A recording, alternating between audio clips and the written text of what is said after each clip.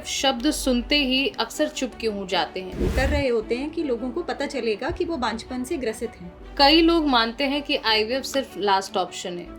IVF उन लोगों के लिए है जहां शुक्राणु बहुत कम होते हैं या बिल्कुल नहीं होते, लेकिन हमने उसमें देखा कि उसमें पेट में चीरा भी दिया जा रहा है, दूरबीन भी डाली जा रही है, और जो 30% केसेस होते हैं उसमें पुरुष जिम्मेदार होते हैं, पुरुषों में कमियां पाई जाती हैं। आईवीएफ में मरीज अकेला ही बेचारा आता है, अकेले ही अपना इलाज करा रहा होता है। तो एक्चुअली बहुत मिसलीडिंग वीडियोस भी हैं गूगल पे, नेट पे। कलर्स आईवीएफ में हम लोग एक ही रूफ के नीचे सारी फैसिलिटीज़ हैं। एक बहुत सिंपल अनकॉम्प्लिकेटेड प्रोसेस है आईवीएफ। इसमें सिर्फ इंजेक्शन देते हैं, और इंजेक्शन भी ऐसे होते हैं जिससे बहुत दर्द नहीं होता है। तो इलाज तो वो करा लेते हैं, लेकिन कई बार होता है कि उन्हें लगता है कि घर वालों को ना पता चले। आपकी बायोलॉजिकल क्लॉक आपके लिए नहीं रुकती। कई बार वो गूगल पे पढ़ के आते हैं और वो बोलते हैं कि मैम हमने बहुत साल से ट्राई कर लिया है, अब हम सीधे आईवीएफ कराना चाहते हैं। मैडम आईवीएफ तो आप बता रहे हैं, लेकिन हमने सुना है इसमें शुक्राणु दूसरे के लिए जाएंगे। Welcome to C News Bharat podcast, और मैं हूं आपके साथ ज्योति श्रीवास्तव। और आज हम एक ऐसे विषय पर बात करने जा रहे हैं जिस पर लोग अक्सर चुप्पी साध लेते हैं। आईवीएफ यानी टेस्ट ट्यूब बेबी प्रक्रिया। समाज में अभी भी इसे लेकर कई तरह की झिझक, डर और सवाल है, लेकिन क्या अब चुप्पी तोड़ने का समय आ गया है? अब भी हम आईवीएफ का नाम लेते हैं तो बहुत से लोग बात ही बदल देते हैं। लेकिन क्या वाकई आईवीएफ कोई शर्म की बात है, या ये सिर्फ एक मेडिकल साइंस की मदद है, जैसे किसी सामान्य बीमारी का इलाज, या फिर वो चिकित्सा पद्धति जिससे आपको मिलता है मां बनने का एहसास और आपका परिवार हो जाता है पूरा? इस महत्वपूर्ण विषय पर बात करने के लिए मौजूद हैं उत्तर प्रदेश की जानी मानी आईवीएफ एक्सपर्ट, बांझपन विशेषज्ञ और कलर्स आईवीएफ एंड फर्टिलिटी की निदेशक डॉक्टर आंचल गर्ग। डॉक्टर आंचल गर्ग, आपका बहुत बहुत स्वागत है हमारे सी न्यूज पॉडकास्ट में। Thank you so much for inviting me here, और मैं सी न्यूज़ भारत की आभारी हूँ कि मुझे यहाँ आने का मौका मिला। सबसे पहले मेरा सवाल आपसे यह है कि लोग आईवीएफ शब्द सुनते ही अक्सर चुप क्यों हो जाते हैं? क्या ये लोगों की सोच की वजह से है? हाँ, डेफिनेटली बिल्कुल सही कह रहे हैं आप, ये लोगों की सोच की वजह से ही है, क्योंकि जैसा हम सब जानते हैं कि बांझपन को एक सोशल स्टिग्मा माना गया है। तो समाज बांझपन से ग्रसित जो कपल्स हैं उनको बहुत इजीली एक्सेप्ट नहीं करते। तो उनको जज किया जाता है, उनको बोला जाता है कि बांझपन में इनमें कमी है। तो इस वजह से जो भी बांझपन से ग्रसित लोग होते हैं वो लोगों को सही तरीके तक पहुंच नहीं पाते हैं। जो भी उनके लिए फैसिलिटीज़ अवेलेबल हैं मेडिकल में, वो वहाँ तक पहुँच नहीं पाते, क्योंकि वो डर रहे होते हैं कि लोगों को पता चलेगा कि वो बांझपन से ग्रसित हैं। तो वो कोशिश करते रहते हैं, दवाइयाँ लेते रहते हैं, लेकिन जब उन्हें आईवीएफ के बारे में बताया जाता है तो वो और डर जाते हैं, क्योंकि आईवीएफ एक ऐसा तरीका है जिसका रिज़ल्ट तो बहुत अच्छा है, लेकिन उसके लिए जो है थोड़ा सा उन्हें एक जैसे देखा जाए तो उसमें थोड़े पैसे भी लगते हैं, और एक ऐसा इलाज है जो उन्हें घर में थोड़ा बताना पड़ता है। तो उस समय मरीज़ जो पेशेंट्स हैं वो सोचते हैं कि घर में हम बताएंगे कि आईवीएफ कराना पड़ रहा है तो वो लोग हमें जज करेंगे कि इनके नेचुरल तरीके से बच्चा नहीं हो रहा है, और इनमें इतनी बड़ी दिक्कत है जिसकी वजह से इनके ये पैसे भी इनके लिए खर्च करने पड़ रहे हैं, और इनका इस तरह से इलाज करना पड़ रहा है। और दूसरी चीज़ है, उन्हें लगता है कि जो आईवीएफ द्वारा जो बच्चा होगा वो सामान्य बच्चों से अलग होगा। तो इस वजह से उनको जज किया जाता है, और जबकि ये सब एक मिथ्या है। कई लोग मानते हैं कि आईवीएफ सिर्फ लास्ट ऑप्शन है, तो क्या ये सच है या सिर्फ एक मिथ? ये डेफिनेटली एक मिथ है, एक भ्रांति है कि आईवीएफ ही लास्ट ऑप्शन है, क्योंकि जब भी एक पेशेंट हमारे पास आते हैं सबसे पहले हम लोग उनकी जांच करवाते हैं। तो कुछ जांचें महिला के लिए होती हैं, कुछ जांचें पुरुष के लिए होती हैं। वो जांचों के आधार पे जो उनके रिजल्ट्स होते हैं उनके आधार पे हम लोग एक नतीजे पे पहुंचते हैं कि इनका क्या इलाज होना है। कई बार सिर्फ दवाइयों से ही इलाज हो जाता है और वो संतान सुख की प्राप्ति कर सकते हैं, लेकिन कई बार जो है आईयूआई जैसी पद्धति, जो एक सिंपल तरीका है जिसमें जो पति के शुक्राणु होते हैं उनको मीडिया के साथ वॉश करके जो महिला होती है उनके गर्भाशय में डाला जाता है। तो आईयूआई से भी हम लोग कोशिश करते हैं, एक सिंपल तरीका है, इसमें बहुत ज़्यादा कॉस्ट भी नहीं आती। लेकिन आईवीएफ उन लोगों के लिए है जहाँ शुक्राणु बहुत कम होते हैं या बिल्कुल नहीं होते, या महिला के अंडकोश में अंडे की बहुत कमी होती है, या आईयूआई की तकनीक और दवाइयों से भी कई बार ट्राई करने के बाद अगर वो गर्भवती नहीं हो पा रही हैं, तब आईवीएफ का सहारा लिया जाता है। या फिर कि अगर उनको एंडोमेट्रियोमा है बहुत बड़े, तो उस केस में भी जो है हम लोग आईवीएफ सजेस्ट करते हैं। आज के समय में लोगों को आईवीएफ की कितनी जानकारी है आपके अकॉर्डिंग? देखिए, आईवीएफ की जानकारी लोगों ने सुना है, टेस्ट ट्यूब बेबी के नाम से लोग जानते हैं कि ये एक आईवीएफ की प्रक्रिया है, लेकिन हो सकता है प्रक्रिया के बारे में डिटेल में वो ना जानते हों, क्योंकि उससे रिलेटेड भी भ्रांति है। कई बार लोग गूगल देख के आते हैं, कई बार लोग यूट्यूब देख के आते हैं और कहते हैं कि मैम आप तो ये कह रहे हैं कि बस इंजेक्शन दिए जाएंगे और नीचे से अल्ट्रासाउंड के सहारे अंडे निकाल लिए जाएंगे सुई के माध्यम से, लेकिन हमने उसमें देखा कि उसमें पेट में चीरा भी दिया जा रहा है, दूरबीन भी डाली जा रही है और सब।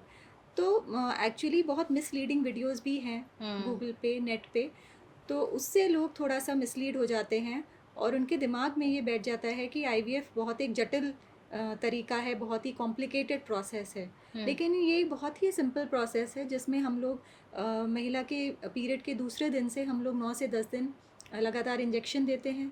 उसके बाद बेहोशी की अवस्था में उनके अंडे बाहर निकाले जाते हैं सुई के माध्यम से। उसी दिन उनके हस्बैंड के शुक्राणु उनके अंडों में डाले जाते हैं इक्सी की पद्धति के माध्यम से, और फिर उनके जो भ्रूण होते हैं उनको लैब में विकसित होते हुए देखा जाता है। उसके बाद जो उनके भ्रूण बनते हैं उनके गर्भाशय में डाल दिए जाते हैं और इस तरह से फिर 15 दिन बाद उनके जो हार्मोन है उससे पता चलता है कि रिजल्ट क्या रहा है। कितना स्वीकार कर पाई है आज की युवा पीढ़ी इस चिकित्सा पद्धति को? देखिए, काफ़ी हद तक लोगों ने अब समझा है कि टेस्ट ट्यूब बेबी एक ऐसा तरीका है जिससे एक तो समय भी बचता है और दूसरी चीज़ है कि सफलता दर बहुत अच्छी हो गई है।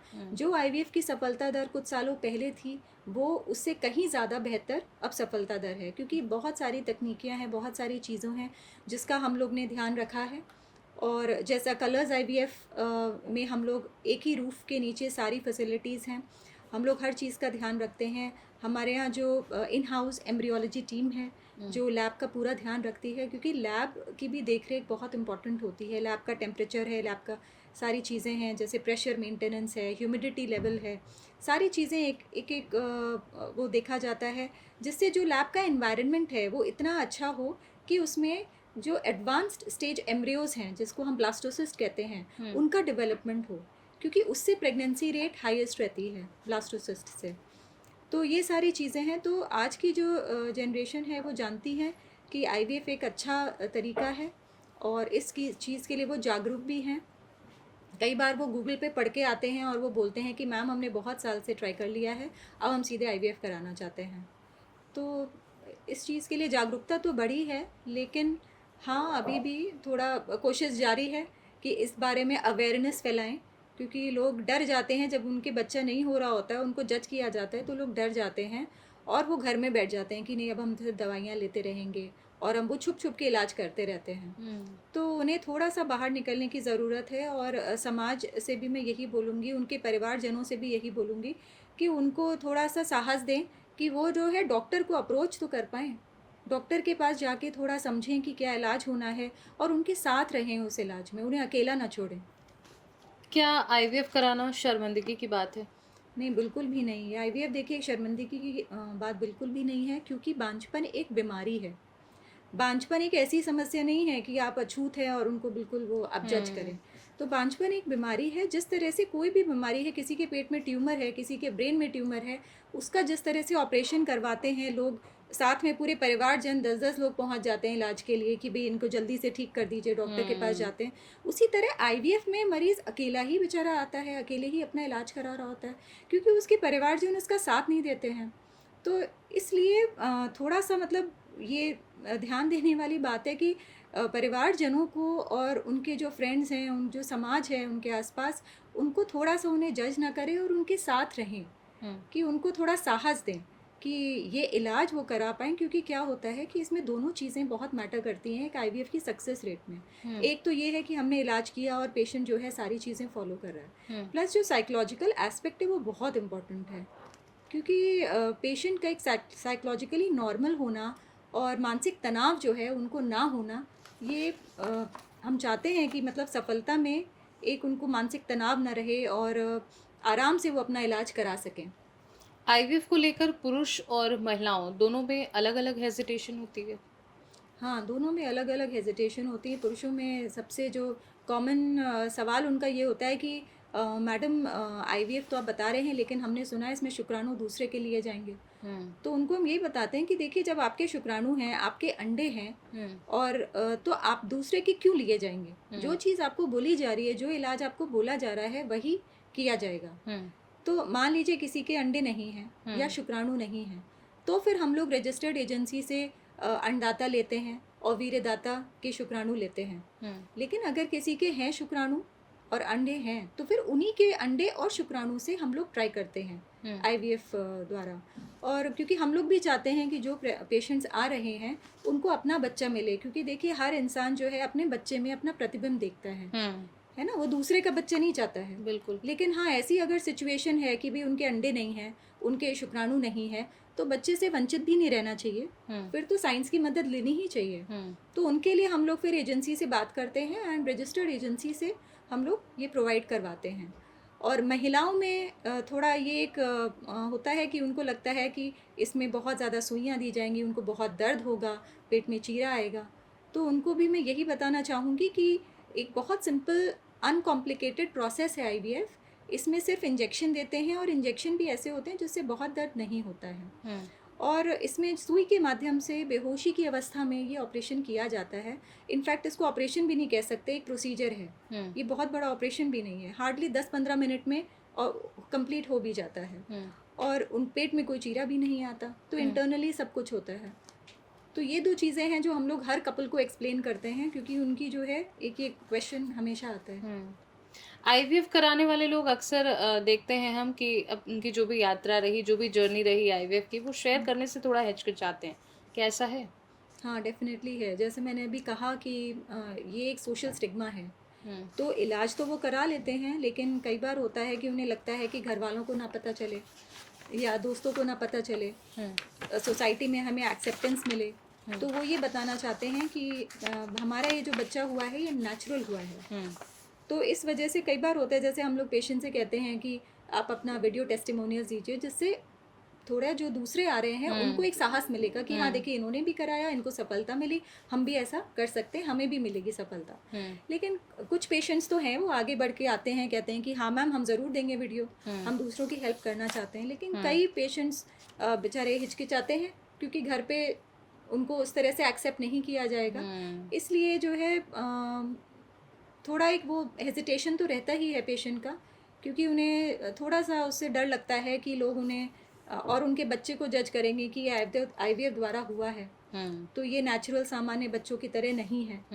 तो उनको भी मैं यही कहना चाहूँगी कि जो बच्चे होते हैं इसके थ्रू, वो बिल्कुल नॉर्मल बच्चों की तरह ही होते हैं, कुछ अलग नहीं होते। आईवीएफ सिर्फ एक माध्यम है कंसीव करने का। तो प्रेगनेंसी बिल्कुल वैसे ही चलती है जैसे एक नॉर्मल प्रेगनेंसी चलती है। बांझपन को लेकर आपके मुताबिक ज़्यादा जिम्मेदार कौन है, महिला या पुरुष? देखिए, इसमें 50% दोनों का एक कंट्रीब्यूशन होता है। जो 30% केसेस होते हैं उसमें पुरुष जिम्मेदार होते हैं, पुरुषों में कमियां पाई जाती हैं। 30% केसेस में महिलाओं में कमियां पाई जाती हैं। 30% केसेस में दोनों में कमियां पाई जाती हैं। और 10% केसेस में उनकी सारे रिपोर्ट्स नॉर्मल होते हैं, लेकिन वो फिर भी कंसीव नहीं कर रहे होते हैं। तो उसको हम अनएक्सप्लेन इनफर्टिलिटी की कैटेगरी में डालते हैं, क्योंकि उनके सारे रिपोर्ट्स नॉर्मल होते हैं, फिर भी वो नहीं कंसीव कर रहे होते हैं। तो उनके कारण ज़रूर होते हैं, लेकिन वो कारण ऐसे होते हैं जिसके लिए टेस्ट अवेलेबल नहीं है अभी तक। तो उनके लिए फिर हम आईयूआई या फिर आईवीएफ सजेस्ट करते हैं। झिझक तोड़ने की जिम्मेदारी ज़्यादा किसकी है, समाज की, डॉक्टर्स की, या जो कपल्स आईवीएफ करा चुके हैं उनकी? क्योंकि अभी आपने जैसे कहा कि कुछ कपल्स हैं जो वीडियो शेयर करने से कतराते हैं, अगर वीडियो शेयर करें तो और लोगों को भी इससे इंस्पिरेशन मिले और बेझिझक आएँ, तो इसमें ज़्यादा जिम्मेदारी हम किसकी कहेंगे? देखिए, जिम्मेदारी समाज की डेफिनेटली है और उनके परिवारजनों की भी है, क्योंकि अगर घर में किसी को एक्सेप्ट किया जाता है तो थोड़ा उन्हें साहस आता है। तो अगर मान लीजिए समाज साथ ना भी दे तो भी वो आगे बढ़ के बताते हैं कि भाई हमने इस पद्धति द्वारा किया, हमने इलाज लिया, ये एक बीमारी ही तो है। जिस तरह से हम बाकी बीमारियों का इलाज लेते हैं तो इस बीमारी का हम क्यों नहीं ले सकते हैं। तो सभी की जिम्मेदारी है, परिवारजनों की है, पेशेंट की खुद की जिम्मेदारी है, और समाज की है, हमारी जिम्मेदारी है एज डॉक्टर्स, एंड सभी की जिम्मेदारी है इसमें। एक आईवीएफ स्पेशलिस्ट होने के नाते आपके अनुभव क्या रहे अब तक? देखिए, एज आईवीएफ स्पेशलिस्ट होने के नाते हमारे बहुत अच्छे, सकारात्मक और संतोषजनक अनुभव रहे हैं, क्योंकि ऐसा लगता है कि जैसे ना आप एक किसी की लाइफ चेंज कर रहे हैं। तो किसी के जैसे बच्चा नहीं हो रहा होता है तो उनकी आप हेल्प करते हैं और वो पॉजिटिव हो जाते हैं, उनके घर में बच्चा होता है तो एक तरह से उनकी लाइफ बहुत सुधर जाती है। तो एक लाइफ चेंजिंग एक्सपीरियंस हो जाता है पेशेंट के लिए भी, हमारे लिए भी एज डॉक्टर्स, क्योंकि जब वो पेशेंट डॉक्टर्स को फ़ोटो भेजते हैं अपने बच्चे की, और वो दिखाते हैं कि फैमिली में कैसे उन्हें एक्सेप्ट किया जा रहा है, तो बहुत अच्छा लगता है। तो अनुभव बहुत अच्छा रहा है। और जब शुरू में आते हैं तो थोड़ा एक डाउट रहता है पेशेंट को, तो वो भी एक चीज़ हम लोग ने अनुभव की कि पेशेंट के दिमाग में बहुत सारे भ्रांति हैं, बहुत सारे मिथ्स हैं, जिन्हें अवेयरनेस द्वारा दूर करने की बहुत ज़रूरत है। सिर्फ उन्हें ही नहीं, उनके परिवारजनों को भी है। तो ये सारी चीज़ें थोड़ा सा हम लोग अवेयरनेस इसी चीज़ के बारे में स्प्रेड करना चाहते हैं। और एक और चीज़ मैंने अनुभव की है कि ये समय के साथ उम्र का जो प्रभाव शुक्राणु और अंडे पे पड़ता है, इस बारे में लोगों को जागरूकता नहीं है। तो कई बार आते हैं पेशेंट्स की, जैसे अब तो लेट मैरिजेस भी हो रही हैं, तो कई बार 40 इयर्स की एज पे आते हैं, 42 इयर्स की एज पे आते हैं, और वो कहते हैं अब हम स्टार्ट करेंगे कंसीव करना। तो उनको मैं यही बोलना चाहूँगी कि जितनी जल्दी आप कंसीव करें उतना अच्छा रहता है, क्योंकि देखिए आपकी बायोलॉजिकल क्लॉक आपके लिए नहीं रुकती। करियर ओरिएंटेड होना बहुत अच्छी बात है, लेकिन अगर आप मैरिज प्लान नहीं कर रहे, या आप मदरहुड प्लान नहीं कर रहे हैं, पेरेंटहुड प्लान नहीं कर रहे हैं, तो बेटर है कि आप अपने एग्स को फ्रीज़ करवा लें, जिससे जब आप वापस आएँ और उन्हीं एग से हम आईवीएफ करें तो वो जो एग्स है उनकी एज वही रहेगी जिस टाइम पे आपने फ्रीज़ कराई। तो इससे ये रहेगा कि आपकी उम्र के साथ कम से कम एग्स की जो एज है वो तो नहीं बढ़ रही, क्योंकि जैसे जैसे एग्स की एज होती है उनमें भी डीएनए एरर्स आ जाते हैं, जो जेनेटिक प्रॉब्लम्स हैं वो आ जाती हैं, एंड क्वालिटी भी एग्स की कम हो जाती है, क्वांटिटी भी एग्स की कम हो जाती है। तो ये सारी चीज़ें मैं बताना चाहूँगी, बिकॉज जैसे जैसे उम्र बढ़ती है, स्पेशली बियॉन्ड 38 इयर्स, जैसे जैसे महिला की उम्र बढ़ती है उनके एग्स भी कम होने लगते हैं और उनके एग्स कमज़ोर भी होने लगते हैं।